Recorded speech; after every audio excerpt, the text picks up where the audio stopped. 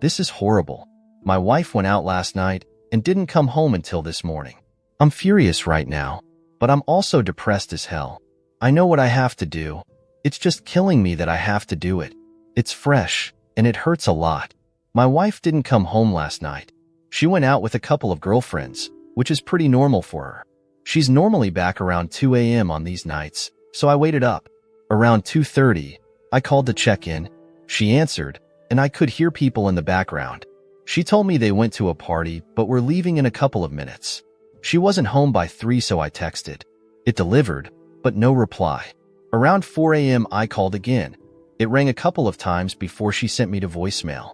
My wife finally came stumbling through the door at 6:47 a.m. this morning. I know the exact time because I was worried. She was wearing a dress she didn't leave the house in, with mesh leggings I've never seen either. The leggings had clearly been torn, and her makeup was smudged. My heart sank when I saw her. My immediate worry was that she had been assaulted. She only shook her head no when I asked her that. I asked her what she had been doing then. She only said that I knew what she had been doing, and that kind of confirmed what the voice in the back of my head had been screaming since she walked in. My wife cheated on me last night. I asked her who it was. She shrugged almost casually and said it was somebody they met at the club. She went back to his house and hooked up with him, then Ubered home. She then said she didn't want to fight and just wanted to sleep. So that's what she did. She's still asleep now and didn't even take a shower before passing out. Suffice to say, our relationship is over. We don't have any kids, and we rent, so it shouldn't be an extremely complicated process. I keep trying to reason myself out of it, pretending there might be something to salvage here. I've always maintained that cheating would be a red line for me, though. I think I need to stick to that now. Small update. True update coming later, but for now. Alright, things have happened. I am no longer at home. I left. I wasn't able to get the day off work today, though, so I'm writing this on my lunch now. It's been a struggle keeping myself together today, honestly. I've had to sneak off to the bathroom twice to cry. Shit's rough, dude. I'll post something more detailed later on because holy effing shit, there's a lot. I'm exhausted. I've only slept about 4 hours total since this all happened. Does anyone know if I should post the actual update in a new thread, or just update the one I already made? It's going to be a lot of text, probably longer than the first one by a bit. Also, to the woman who felt compelled to send me a topless picture, thanks, but also no thanks. My heart just isn't in that sort of thing right now. Update 2. Me again, folks. I'm sorry I didn't get around to this sooner. I wasn't able to get the day off work yesterday because my boss kind of sucks. I was a complete mess at work yesterday, though, so I was allowed to take the rest of the week as vacation, thankfully. I think I went through all of the stages of grief while my soon-to-be ex was sleeping. I wasn't expecting my post to get any attention at all. I just figured I needed to try to talk to someone about it, because I was not in a good headspace. I made the post in the morning, and by noon she was still conked out in the bedroom. I had processed things a bit more, and I had a rough plan in my head that I was starting to set in motion. I made a short list of questions I wanted answers to, gathered up all my important documents, laptop, etc. Then I went into the bedroom and started packing myself a suitcase. I know a lot of folks wanted me to kick her out.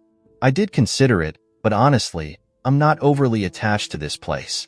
We just rent, and I'm in a lucky enough situation to be able to say that paying half the rent for a few months isn't going to financially end me. It'll sting a little bit, I won't lie, but I'll make it, and I feel like being around this place is only going to remind me of her anyway. I need to be looking forward, not back. She ended up waking up about halfway through me packing my suitcase. There was momentary confusion as she looked around the room, then she just started bawling.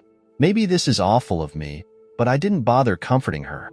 I told her I had the screenshots of her Uber and text messages from her phone, and that plus her confirmation was enough that things between us were completely done. She didn't answer me and just cried louder. I debated trying to continue the conversation, but I decided to just pack the rest of my suitcase and head back out to the living room until she came out. When she finally left the bedroom, she sat next to me on the couch and asked me if we could talk things through. I told her as calmly as possible that wasn't how things were going to work.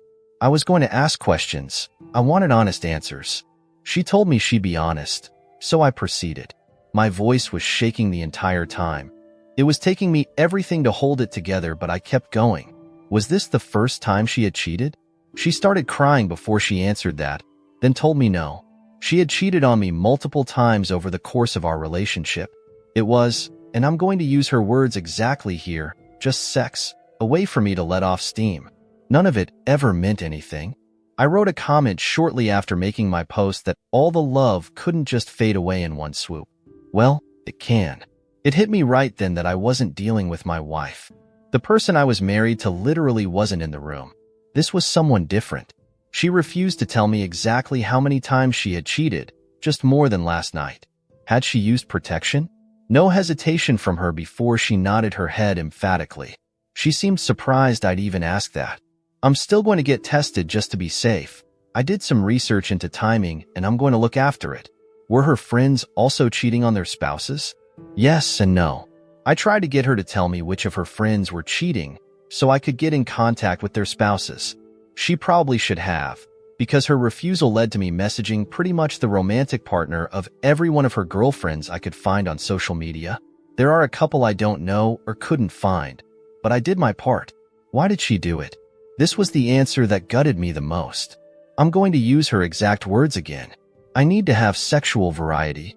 I told her that it's not like our sex life is dull. She clarified. It's not the same as something new. I didn't even have a response to that one. I had expected something about me working too much or not supporting her emotionally. Nope. She just effed other guys because she felt like it and wanted to have some fun. When I didn't respond, she started asking me about counseling and therapy. I reiterated that our relationship was over. I'd be leaving. What she did next disgusted me. My ex actually tried to have sex with me. She put her hands on me and started trying to take off my clothes. I felt like I wanted to vomit and pushed her away after a couple of seconds. She just kept telling me that she would figure out a way to fix it, that we would work through it together. I told her that there was no way, and she started bawling again. She went to the bathroom and locked herself inside. I was just sick of everything at that point. I called her mother and told her what was going on. The full story too, the cheating, the questions I had asked, and the fact I was leaving. I've always had a good relationship with my ex's parents. They both decided to drive to town, which is about an hour for them.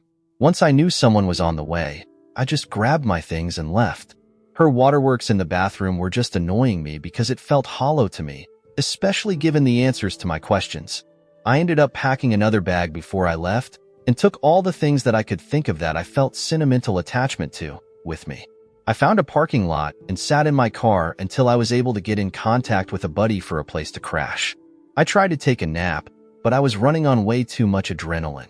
I knew when her parents had made it to the apartment because she started calling me. When I didn't answer those, she started texting me. She had gone from sad and crying to furious. Apparently, I'm a effing piece of shit for telling her mom everything. Whoops. I'm not sorry. I've received roughly 100 texts from her since leaving. They range from name-calling all the way to begging me to come back, to sending me pictures of the food she ate for some reason. I haven't responded to any of them. I feel like I said my piece before leaving. So that's where I'm at now. We didn't have joint finances, so that part was easy. I canceled all the subscriptions that go to my credit card just to be sure, and changed all my important passwords. I'm crashing on a friend's couch for the next bit, but I've got some feelers out to some short-term rental places until I can find something more permanent. I've got feelers out for a divorce attorney too. A coworker of mine had a recommendation, so barring something better, I'll probably go with them. I also wanted to say that I was shocked how supportive everyone was, and thank you for that. Truly, from the bottom of my heart.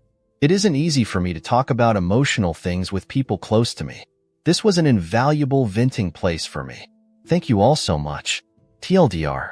This wasn't the first time she had cheated on me. I packed up my things and left, and I think I'm on track to being in a better place. Working on initiating divorce proceedings now. Final update. Hey, folks. I'm happy, I guess, to say that this will be the final update to what has been probably the most difficult chapter of my life. I've felt an immense amount of support from the community here for my initial 2 posts, so I wanted to give a short update. Bottom line.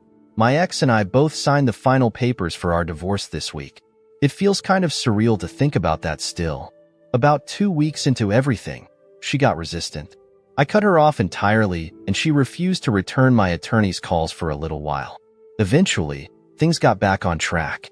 As for the infidelity itself, I don't have a ton more details to share with you. We did a short mediation, and by that time, I didn't feel there was any remorse on her end. I've talked about that a lot with my therapist.